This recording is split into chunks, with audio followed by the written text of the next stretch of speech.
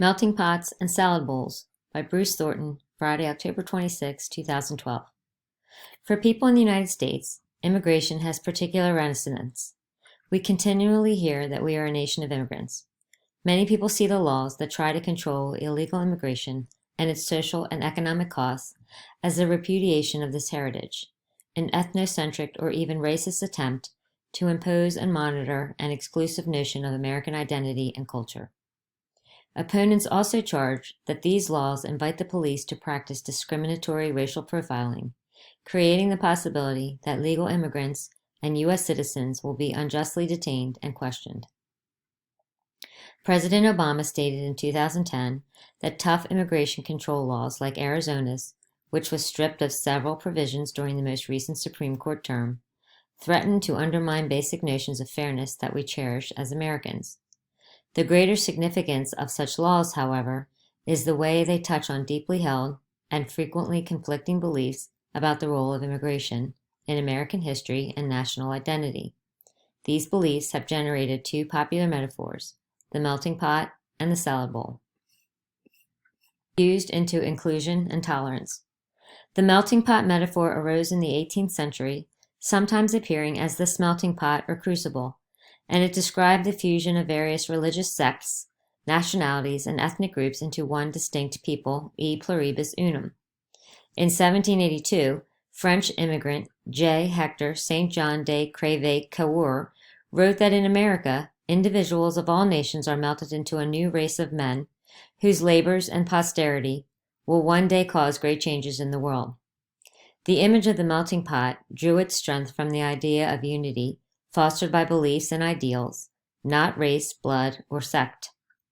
A century later, Ralph Waldo Emerson used the melting pot image to describe the fusing process that transforms the English, the German, the Irish immigrant into an American.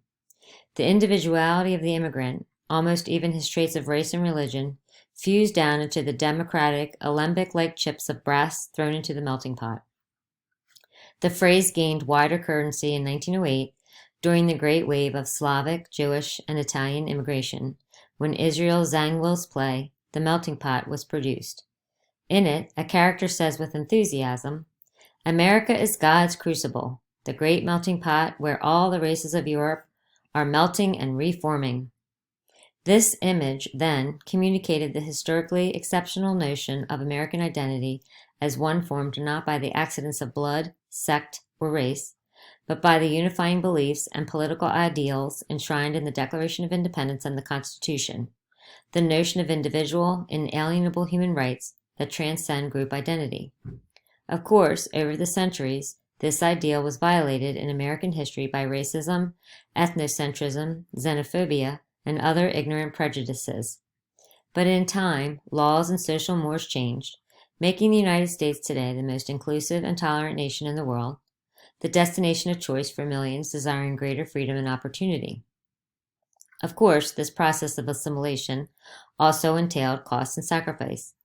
Having voted with his feet for the superiority of America, the immigrant was required to become American, to learn the language, history, political principles, and civic customs that identified one as an American.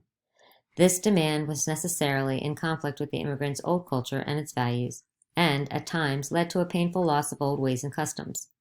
But how immigrants negotiated the conflicts and trade-offs between their new and old identities was up to them. Moreover, they remained free in civil society to celebrate and retain those cultures through fraternal organizations, ethnic festivals, language, schools, and religious guilds. Ultimately, though, they had to make their first loyalty to America and its ideals. If some custom, value, or belief from the old country conflicted with those core American values, then the old way had to be modified or discarded if the immigrant wanted to participate fully in American social, economic, and political life. The immigrant had to adjust. No one expected the majority culture to modify its values to accommodate the immigrant. This would have been impossible, at any rate, because there were so many immigrants from so many lands that it would have fragmented American culture. No matter the costs, assimilation was the only way to forge an unum from so many pluribus, a tainted salad. Starting in the 1960s, however, another vision of American pluralism arose, captured in the metaphor of the salad bowl. Rather than assimilating, different ethnic groups now would coexist in their separate identities, like the ingredients in a salad, bound together only by the dressing of law and the market. This view expresses the ideology of multiculturalism, which goes far beyond the demand that ethnic differences be acknowledged rather than disparaged. Multiculturalism, not content to respect or celebrate diversity, seeks to indict American civilization for its imperial, colonial, xenophobic, and racist sins. Long before multiculturalism came along, Americans wrestled with the conflicts and clashes that immigrants experienced. A book from the 1940s on intercultural education announced its intent to help our schools to deal constructively with the problem of intercultural and interracial tensions among our people, and to alleviate the hurtful discrimination against some of the minority groups which compose our people. One recommendation was to create school curricula that would help build respect for groups not otherwise sufficiently esteemed. Modern multiculturalism takes that idea but goes much farther, endorsing a species of identity politics predicated on victimization. Multiculturalism, as we know it, is not about respecting or celebrating the salad bowl of cultural or ethnic diversity, but about indicting American civilization for its imperial, colonial, xenophobic, and racist sins. Multiculturalism idealizes immigrant cultures and ignores their various dysfunctional practices and values. At the same time, it relentlessly attacks America as a predatory, soulless, exploitative, warmongering villain responsible for all the world's ills. Multiculturalism confines the individual in the box of his race or culture, despite his own wishes or chosen identity. Worse still, the identity politics at the heart of multiculturalism directly contradict the core assumption of our liberal democracy, the principle of individual and inalienable rights that each of us possess, no matter what group or sect we belong to.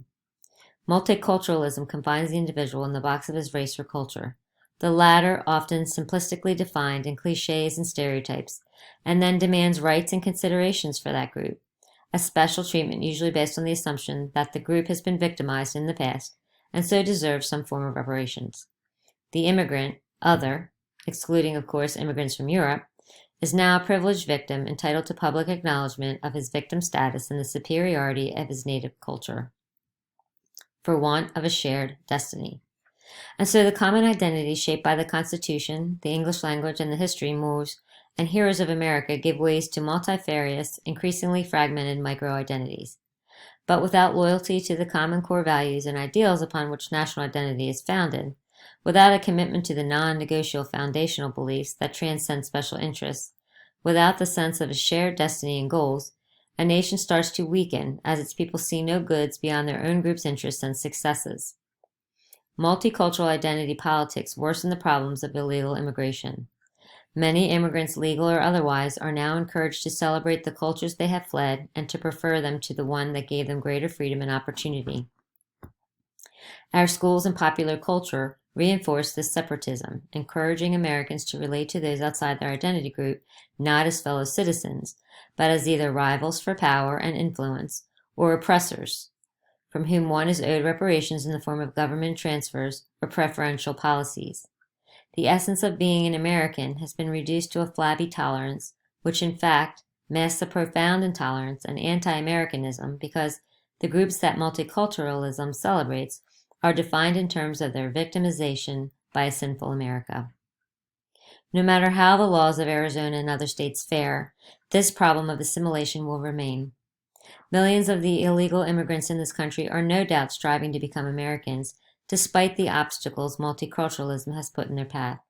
Many others have not developed that sense of American identity, nor have they been compelled, as immigrants were in the past, to acknowledge the civic demands of America and give her their loyalty. Their relation to this country is merely economic or parasitic. Figuring out how to determine which immigrants are which, and what to do with those who prefer not to be Americans, will be the challenge of the years ahead. Adapted from Defining Ideas, www.hoover.org, Publications, Defining Ideas, 2012, by the Board of Trustees of the Leland Stanford Junior University, all rights reserved.